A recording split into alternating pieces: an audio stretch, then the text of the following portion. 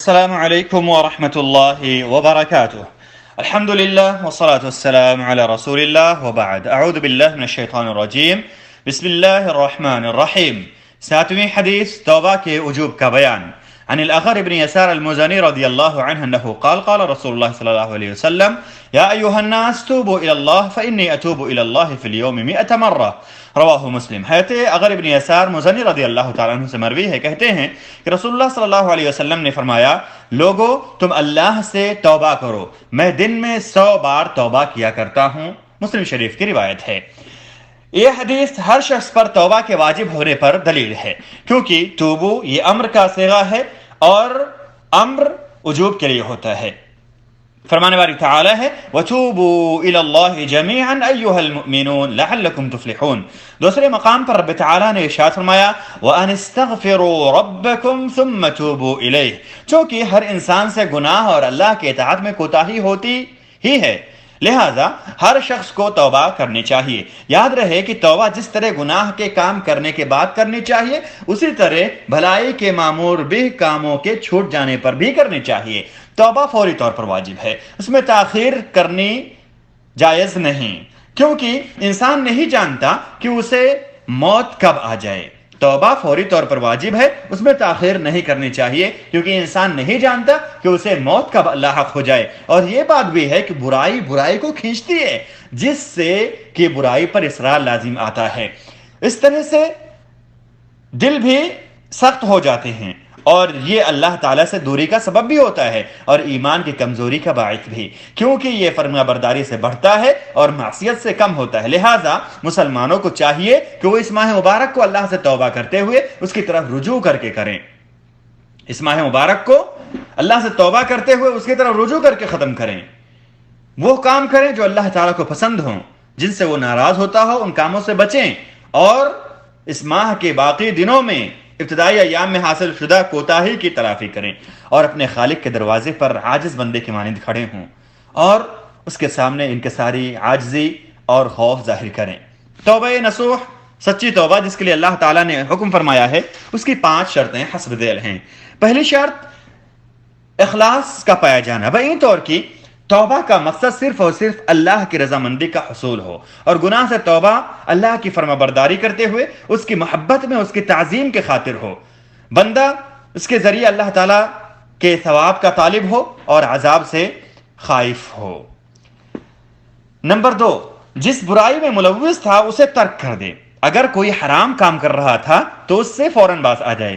اگر کسی ایسے واجب کو ترک کرتا تھا جس کی قضا ممکن ہو، جیسے حج اور زکوٰۃ وغیرہ، تو جلد از جلد اس کی ادائیگی کرے. اگر برائی کسی انسان کے حق سے متعلق ہو، جیسے کسی کا مال ہو، تو صاحب مال کی حیات کی صورت میں اسے اس کے حقدار کو لوٹا دے. اگر صاحب معاملہ کی وفات ہو گئی ہو تو اسے اس کے وارثین تک پہنچا دے، اور صاحب معاملہ کی معرفت نہ ہو تو اس مال کو اس کی طرف سے صدقہ کر دے. اسی طرح اگر وہ حق غیبت کی صورت میں تھا اور غیبت کیے گئے شخص کو اس کی جانکاری ہو یا اس کا اندیشہ ہو تو وہ اس سے بری ہو جائے، ورنہ ان کے لیے مغفرت کی دعا کرتے ہوئے غیبت کے عوض اسی مجلس میں اس کی تعریف کرے، کیونکہ نیکیاں برائیوں کو ختم کر دیتی ہیں. نمبر 3، توبہ کی ایک شرط یہ بھی ہے کہ توبہ کرنے والا اس برائی کے کام پر شرمندہ ہو اور یہ خواہش ظاہر کرے کہ کاش اس نے یہ گناہ انجام ہی نہ دیا ہوتا. اسی طرح وہ اللہ تعالیٰ کے سامنے عاجزی و خاکساری کا بھی اظہار کرے. توبہ کرنے والا، نمبر 4، توبہ کرنے والا یہ عزم کرے کہ وہ کبھی بھی اس گناہ کی جانب نہیں لوٹے گا. یہی در حقیقت توبہ کا اصل ثمرہ اور صاحب توبہ کے سچا ہونے کی دلیل بھی ہے. نمبر 5، توبہ کا اس کے مقررہ وقت میں واقع ہونا. اگر توبہ وقت کے ختم ہونے کے بعد ہو تو قبول نہ ہوگی.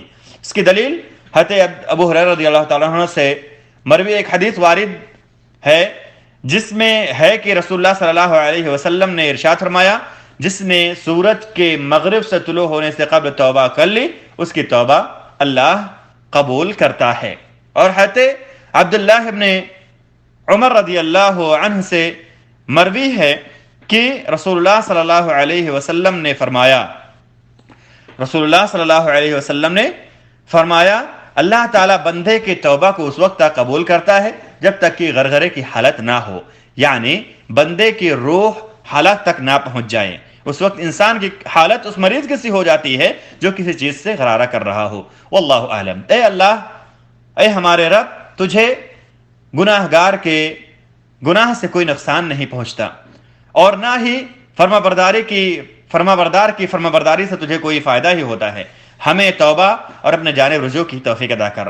اے ہمارے کارساز، تو ہمیں خواب غفلت سے بیدار کر اور ہمیں مہلت کے اوقات سے استفادہ کی توفیق دے۔ اے اللہ، ہمیں ان لوگوں میں سے بنا جنہوں نے تجھ پر بھروسہ کیا اور تو ان کے لیے کافی ہو گیا، اور جنہوں نے تجھ سے ہدایت طلب کی اور تو نے انہیں ہدایت عطا کی، جنہوں نے تجھ سے مدد طلب کیا اور تو نے ان کی مدد فرمائی، تجھ سے گڑ گڑائے اور تو نے ان پر رحم کیا، اور اے اللہ، تو ہمیں، ہمارے والدین اور تمام مسلمانوں کو بخش دے، آمین۔ 8ویں حدیث زکوٰۃ فطر کا بیان۔ عن عبداللہ بن عمر رضی اللہ عنہما انہ قال فرض رسول الله صلى الله عليه وسلم زكاة الفطر ساعا من تمر أو ساعا من شعير على العبد والحر والذكر والأنثى والصغير والكبير من المسلمين، وأمر بها أن تؤدى قبل خروج الناس إلى الصلاة، متفق عليه۔ حضرت عبداللہ بن عمر رضی اللہ تعالی عنہما سے مروی ہے، کہتے ہیں کہ رسول اللہ صلی اللہ علیہ وسلم نے غلام، آزاد، مرد، عورت، چھوٹے بڑے تمام مسلمانوں پر 1 سا کھجور یا 1 سا جو بطور زکوٰۃ فطر فرض قرار دیا ہے، اور یہ حکم فرمایا ہے کہ لوگوں کے نماز عید کے لیے نکلنے سے پہلے ہی اس کی ادائیگی کر دی جائے، متفق علیہ روایت ہے۔ اس حدیث میں چھوٹے بڑے، مرد عورت، آزاد غلام، تمام مسلمانوں پر زکوٰۃ فطر کے واجب ہونے کی دلیل ہے، جس کا مقصد روزے دار کے روزے کو خرابی اور ثواب میں کمی کا سبب بننے والے امور سے پاک کرنا اور فرح و سرور کے دن مسکینوں کو کھانا فراہم کرنا ہے۔ اسی طرح اس عمل میں کرم و مساوات کی صفت بھی پائی جاتی ہے۔ اس کے ذریعے بندے مومن کی طرف سے روزے، قیام اور دیگر نیک اعمال کے حسب استطاعت توفیق پر اللہ کے شکر کا اظہار بھی ہوتا ہے۔ زکوٰۃ فطر کی مقدار۔ زکوٰۃ فطر کے مقدار کھانے یعنی گیہوں، جو، کھجور، کشمش، پنیر یا اس جیسی کوئی اور چیز جسے لوگ بطور کھانا استعمال کرتے ہیں جیسے چاول وغیرہ، ان میں سے 1 سا دینی ہوگی، اور سا کی مقدار تقریباً 2.25 کلو ہے۔ روزے دار نماز عید سے قبل ہی اسے اسی شہر میں نکالے گا جہاں اسے رمضان کے دن پورے ہوں، بہتر تو یہی ہے، مگر عید سے 1 یا 2 دن پہلے نکالنا بھی جائز ہے، کیونکہ بعض صحابہ کرام سے ایسا کرنا ثابت ہے۔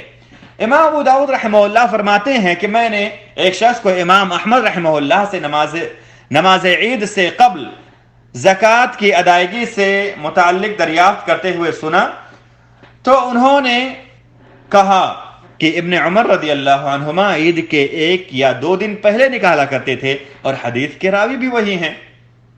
اگر کسی شخص کو عید سے متعلق پتہ ہی نماز کے بعد چلے، نماز عید کے بعد کسی کو اگر پتہ چلے عید کے بارے میں، یا وہ صدقہ نکالتے وقت شہر سے باہر رہا ہو یا ایسے شہر میں رہا ہو جس میں کوئی مستحق نہ ہو، تو ایسے شخص کا نماز کے بعد نکالنا بھی کافی ہوگا۔ کھانے کے بدلے قیمت کا نکالنا ایک قول کے مطابق جائز نہیں ہے، کیونکہ یہ منصوص کے خلاف ہے۔ امام ابو داؤد رحمہ اللہ فرماتے ہیں کہ امام احمد سے کہا گیا، اور میں بھی سن رہا تھا، کہ کیا کوئی انسان بطور فطرہ درہم دے سکتا ہے؟ تو انہوں نے کہا مجھے خوف ہے کہ وہ قبول نہ کیا جائے، مجھے خدشہ ہے کہ وہ قبول نہ کیا جائے، کیونکہ وہ خلاف سنت ہے۔ انسان اپنی طرف سے اور ان لوگوں کی طرف سے نکالے جن کے اخراجات اس پر لازم ہیں، جیسے اس کی بیوی اور اولاد، اگر وہ اپنی طرف سے نکالنے کی استطاعت نہ پائیں تو، اگر انہیں یعنی بیوی بچوں کو استطاعت ہو تو خود نکالیں، کیونکہ وہی اس کے مخاطب ہیں، جیسے کہ حضرت ابن عمر رضی اللہ تعالیٰ عنہما سے مروی حدیث میں گزر چکا ہے۔ اور وطن مادر میں موجود جنین پر اگر 4 مہینے مکمل ہو گئے ہوں تو اس کی طرف سے بھی نکالنا مسنون ہے۔ انسان کو چاہیے کہ وہ اس کے لینے والے کے مستحق ہونے کی تاکید کر لے، اس لیے کہ بعض لوگ کسی مقصد کے سبب اپنے گھر والوں یا مخصوص لوگوں کو زکوٰۃ دینے کی عادت بنا لیتے ہیں، جو کہ جائز نہیں ہے، کیونکہ زکوٰۃ فطر اللہ کا حق ہے، اس میں اپنی منمانی درست نہیں ہوگی۔ یہ بھی ہو سکتا ہے کہ پہلے جو شخص زکوٰۃ لیا کرتا تھا اس کی حالت بدل گئی ہو اور وہ صدقے کا مستحق ہی نہ رہا ہو۔ فقیر کے لیے جائز ہے کہ وہ اپنا کسی اور سے صدقہ فطر لے کر اسے وزن کر کے اپنے یا گھر کے کسی فرد کی طرف سے بطور صدقہ نکال دے۔ انسان کے لیے جائز نہیں کہ وہ زکوٰۃ میں ردی چیز نکالے، کیونکہ اللہ پاک ہے اور پاکیزہ چیز ہی کو پسند کرتا ہے، اللہ پاک ہے اور پاکیزہ چیز کو ہی پسند کرتا ہے۔ فرمانے باری تعالی ہے، یا ایھا الذین آمنوا انفقوا من طیبات ما کسبتم ومما اخرجنا لكم من الارض ولا تیمموا الخبیث منه تنفقون ولستم بآخذیہ الا ان تغمضوا فیہ واعلموا ان اللہ غنی حمید۔ اے اللہ ہمارے نفوس کو تقوی عطا کر، اسے پاک کر دے، تو ہی سب سے بہتر پاک کرنے والا ہے۔ اے اللہ تو ہی ہمارے نفس کا کارساز اور مالک ہے۔ اے اللہ تو تمام معاملات میں ہمارے انجام کو بہتر کر دے۔ اے اللہ تو ہمیں دنیا کی ذلت اور آخرت کے عذاب سے محفوظ رکھ۔ اے اللہ ہمارے والدین اور تمام مسلمانوں کی مغفرت فرما، آمین۔ آج 7ویں حدیث سے پہلا سوال ہے، کیا توبہ صرف گناہ کے کام سرزد ہونے پر ہی کرنا چاہیے؟ کیا توبہ صرف گناہ کے کام سرزد ہونے پر ہی کرنا چاہیے؟ دوسرا سوال ہے، توبہ کرنے میں تاخیر کیوں نہیں کرنی چاہیے؟ تیسرا سوال ہے، توبہ کی شرطیں مختصراً بتائیں، جواب 5 سطر سے متجاوز نہ ہوں۔ 8ویں حدیث سے پہلا سوال ہے، زکوٰۃ فطر کن لوگوں پر واجب ہے؟ نیز اس کے وجوب کی کیا حکمت ہے؟